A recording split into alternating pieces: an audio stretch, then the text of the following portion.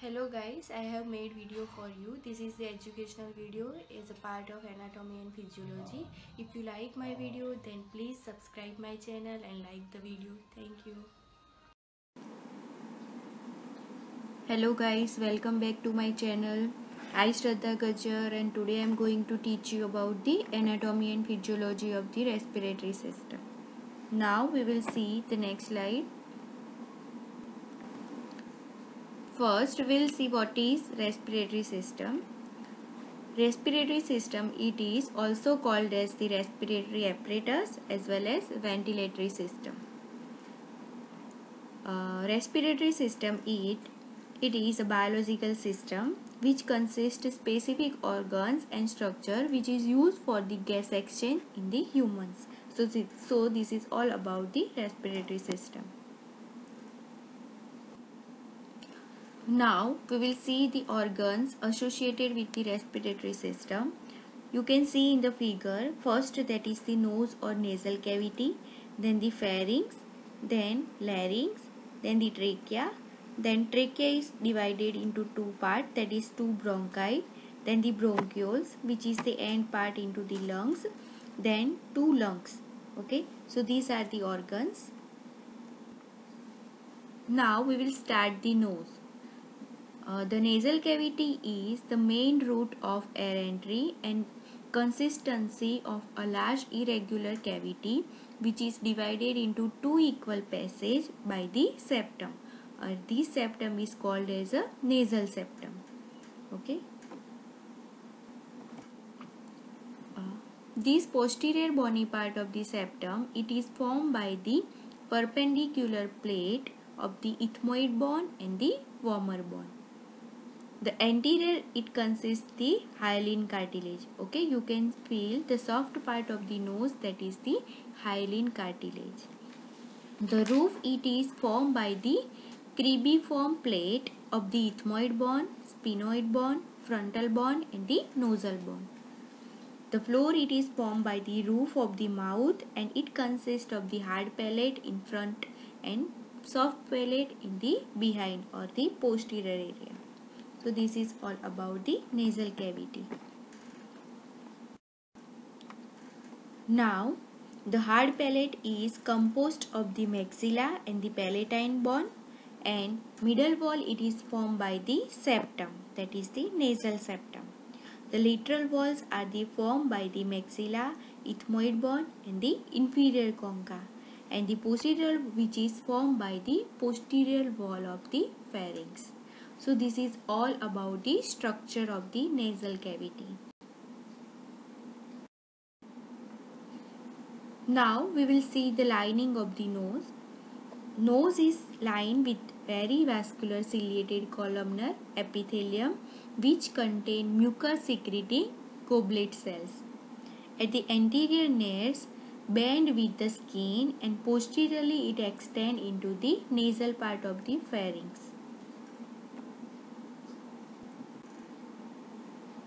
Now we will see the function of the respiratory function of the nose.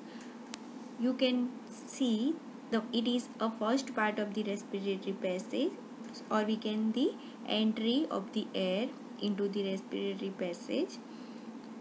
The function is first, that is the warming, means warming of the air because of the immense vascularity of the mucosa. Then the filtering and cleaning because of the hair projection into the nasal cavity, and it is very helpful for the filtering and cleaning of the air. Then the humidification, it humidifies the air. Then the sense of the smell, or we can say the olfaction in our language, because of the olfactory nerve. So these are the functions of the nose. Now we will see the next part after the nasal cavity, that is the pharynx. The length of the pharynx is 12 to 14 cm. What about the location? It extends from the base of the skull to the level of the 6th cervical vertebra. The pharynx, it is a part of the throat. Okay, it is a part of throat and it is located behind the mouth and nasal cavity. and above the esophagus and the larynx. Okay, means what? Between the nasal cavity and the larynx. Now we'll see the relations of the pharynx. Superiorly there is a base of the skull. Inferiorly it continues with the esophagus. Anteriorly incomplete wall because of the nose and mouth and the larynx opening. And the posteriorly there is the areolar tissue and the first 6 cervical vertebra. 1 to 6 cervical vertebra. Now we will see the parts of the pharynx. Pharynx has 3 parts. You can see in the figure. First, that is the nasopharynx, second oropharynx, and last one is a laryngopharynx, or we can say the hypopharynx. First, nasopharynx. The nasal part of the pharynx lies behind the nose. Okay, what is nasopharynx? That lies behind the nose. That is the nasopharynx. Second, that is the oropharynx. Means the oral part of the pharynx lies behind the mouth. Okay, the part of the pharynx lies behind the mouth. So that is the oropharynx. Last one, that is the laryngopharynx. The laryngeal part of the pharynx extends from the oropharynx. Okay, it is the end part of the pharynx.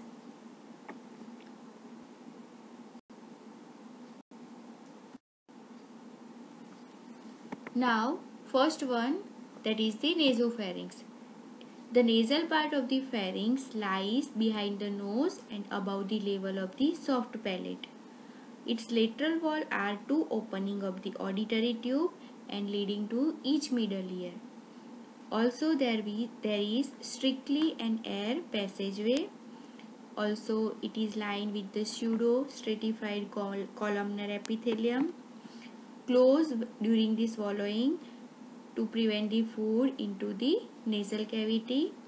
And the pharyngeal tonsil, or we can say adenoids, lies high on the posterior wall, and they are most prominent in the 7 year of the age. Then after they gradually atrophy. So this is all about the nasopharynx. Now second, that is the oropharynx. The oral part of the pharynx lies behind the mouth, extending from the level of the soft palate to the level of the upper part of the body of the third cervical vertebra. Okay. The lateral wall of the pharynx blend with the soft palate to form two folds each side. Between each pair of the fold on each side, that is called the palatine tonsil. Okay. You can see in the figure there will be palatine tonsil. Then it serves as a common passageway for food and the air. During the swallowing, the nasal part and the oral part separated by the soft palate and the uvula. The epithelial lining is protective and which is stratified squamous epithelium. So this is all about the oropharynx. Now third and last part, that is the laryngopharynx. It serves as a common passageway for the food and the air. The laryngeal part of the pharynx extend from the oropharynx and above and the continuous as the esophagus below. Okay, at the level of the third to sixth vertebra. It extends to the larynx where the respiratory and the digestive passage pathway diverge. So this is all about the laryngopharynx. Now we will see the structure of the pharynx. The pharynx is composed of the 3 layers. That is the first layer, mucous membrane lining. You can see in the figure, first layer, that is the mucous membrane lining. Then the second, that is the fibrous tissue. And third, that is the smooth muscle. Now we will see in detail First one, that is the mucous membrane lining. In the nasopharynx, with the lining of the nose and consists of the ciliated columnar epithelium in the oropharynx and the laryngopharynx. Okay, there is ciliated columnar epithelium in oropharynx and the laryngopharynx. It is formed by the epithelial lining is protective stratified squamous epithelium which is continuous with the lining of the mouth and the esophagus. So there will be stratified squamous epithelium. Now second layer, that is the submucosa. You can see in the figure, that is second layer, that is the submucosa. The layer of the tissue below the epithelium or the submucosa is rich in the mucosa associated lymphoid tissue, that is the MALT, mucosa associated lymphoid tissue, which is involved in the protection against the infection. Tonsils are the mass of the MALT that bulge through the epithelium. Okay, tonsil is the example of the masses or the bunch of the mucosa associated lymphoid tissue, which is very helpful for the protection against the infection. Then some glandular tissue is also found here. So this is all about the submucosa. Now third layer, that is the muscular layer, that is the smooth muscle. The pharyngeal muscles help to keep the pharynx permanently open. Okay, the pharyngeal muscles, it is very helpful for the permanently open so that breathing is not interfered. Then sometimes in sleep, and particularly if the sedative drug or alcohol or any muscular relaxant if you have taken, the tone of this muscle is reduced and the muscles will be relaxed. The opening through the pharynx can become partially and totally obstructed. This contributes to snoring and the periodic awakening during the sleep, and this is disturbing during the sleep. Then constrictor muscles are responsible for the constricting the pharynx during the swallowing and pushing food and fluids into the esophagus. So these are the smooth muscles. Now we will see the blood supplies, that is the arterial blood supply which is given by the facial artery. Then the venous drainage, that is the facial vein and internal jugular veins. What about the nerve supply? That is the vagus nerve, glossopharyngeal nerves and the olfactory nerves. Now we will see the functions. That is first, that is the passageway for air and the food, warming and humidifying the air. Then the taste, there are olfactory nerve endings, because of that there will be a taste. Then the hearing, the auditory tube extending from the nasopharynx to each middle ear. Then the protection, because of the MALT and the lymphoid tissue of the pharyngeal tonsils produce the antibodies. Then the speech act as a resonating chamber for sound ascending from the larynx because of the vocal cord. Now third part, that is the larynx.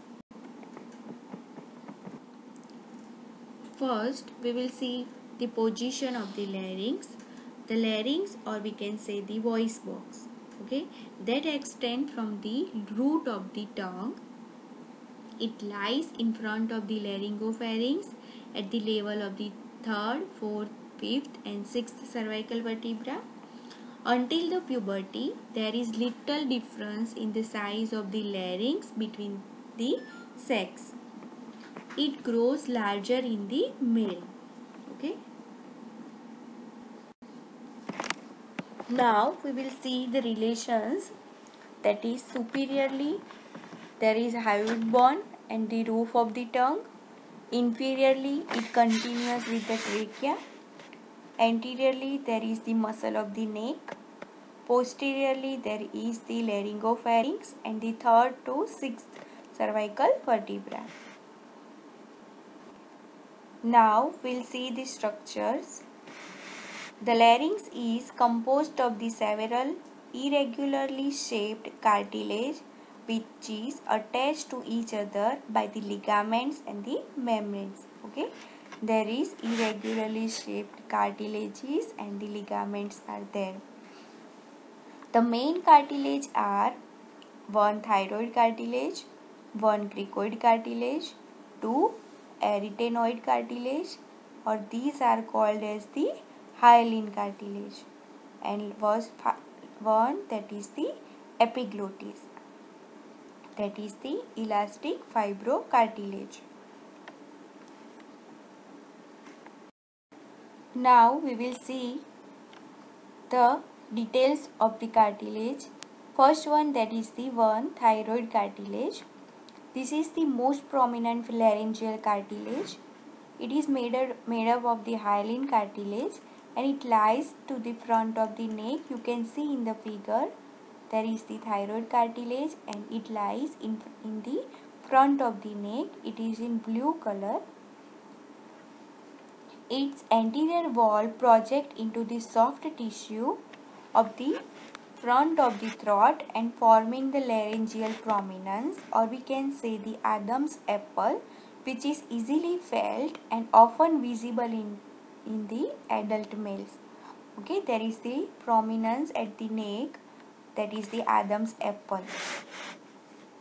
The anterior wall is partially divided by the thyroid notch.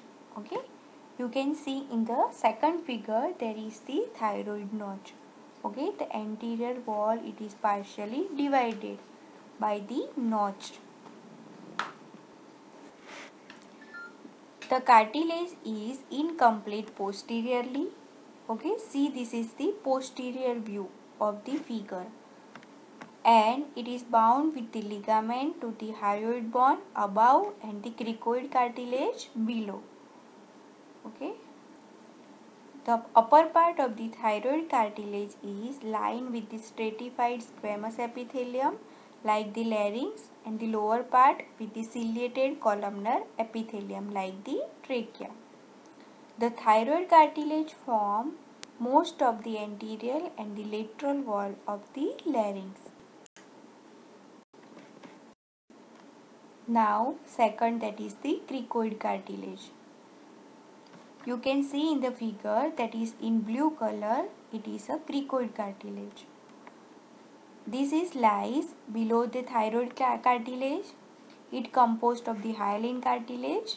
It is shaped like the signet ring. Now, what is signet ring? You can see in the figure, that is the signet ring. It is completely encircling the larynx with the narrow part anteriorly. Okay, anteriorly there is narrow part and broad part posteriorly. You can see in the last figure, by this way there is situated. The broad part articulate with the arytenoid cartilage with the thyroid cartilage.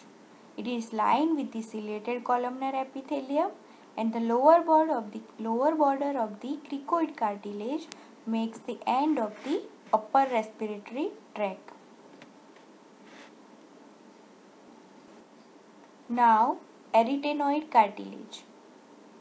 Okay, you can see in the figure arytenoid cartilage.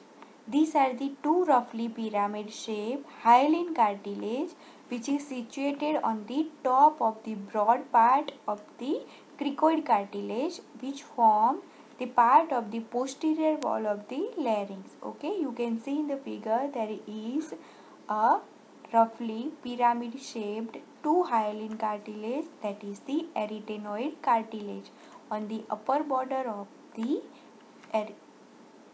cricoid cartilage. They give the attachment to the vocal cord and line with the ciliated columnar epithelium. Then next, that is the epiglottis. It is a leaf-shaped fibroelastic cartilage attached on the flexible stalk of the cartilage to the inner surface of the anterior wall of the thyroid cartilage, immediately below the thyroid notch. Okay. It rises obliquely upward behind the tongue and the body of the hyoid bone. It is covered with a stratified squamous epithelium. It closes off the larynx during the swallowing and protecting the lungs from the accidental inhalation of the foreign objects. Okay, it is very helpful. Now we will see the blood supplies. The arterial blood supply is given by the superior and inferior laryngeal artery, and the venous drainage, that is the thyroid veins. Nerve supply, in the parasympathetic nerve supply, that is the superior laryngeal and recurrent laryngeal nerves, which is a branches of the vagus nerve, and sympathetic nerve supply, that is the superior cervical ganglia. So this is all about the blood supply. Now we'll see the interior of the larynx. The vocal cord are two pale folds of the mucous membrane with cord-like structure, okay, which extend from the inner wall of the thyroid prominence anteriorly to the arytenoid cartilage posteriorly. Okay, anteriorly there is the thyroid prominence and the posteriorly there is the arytenoid cartilage. Okay, you can see in the figure, this is the vocal fold and vestibular fold. When the muscle controlling to the vocal cord are the relaxed, the vocal cord open. Okay, when the muscles are the relaxed, the vocal cord is open, and the passageway for air coming up through the larynx is clear. The vocal cord are said to be abducted, means at that time it is open. When the muscle controlling to the vocal cord are contract, the vocal cord are stretched out tightly across the larynx and they said to be the abducted, and at that time the vocal cord is closed. Okay. The space between the vocal cord is called the epiglottis. Now we will see the production of the sound. The sound has the properties of the pitch, volume and the resonance. The pitch of the voice depends upon the length and tightness of the chords. The shorter chords produce higher pitch sound. At the puberty, the male vocal cords begin to grow longer, hence the lower pitch of the adult male voice. The volume of the voice depends upon the force with which the cords vibrate. The greater the force of the expired air, the more strongly the cords vibrate and the louder the sound emitted. The resonance and or we can say the tone. It is dependent upon the shape of the mouth and the position of the tongue and the lips, the facial muscles and the air in the paranasal sinus. So this is all about the sound production. Then second one is a speech. It is produced when the sounds produced by the vocal cords and it is manipulated by the tongue, cheeks and the lips. Then next one is a protection of the lower respiratory tract. During swallowing, the larynx moves upwards and blocking the opening into the pharynx. In addition, the hinge epiglottis close over the larynx and these ensure that the food will never pass into the trachea. Then the passageway for the air. The larynx is linked with the pharynx above with the trachea below. Okay, so it is the between pharynx and the trachea. Humidifying, filtering and the warming. This process continue as the inspired air travel through the larynx. Okay, so this is the common function. So guys, this is the end of the video. Today we have learned the anatomy and physiology in the respiratory system, in that nasal cavity, pharynx and the larynx. Now if you have any query, any question, you can ask me, you can comment me in the comment box. Before that, don't forget to like my video and share my video, and don't forget to subscribe my channels. Thank you.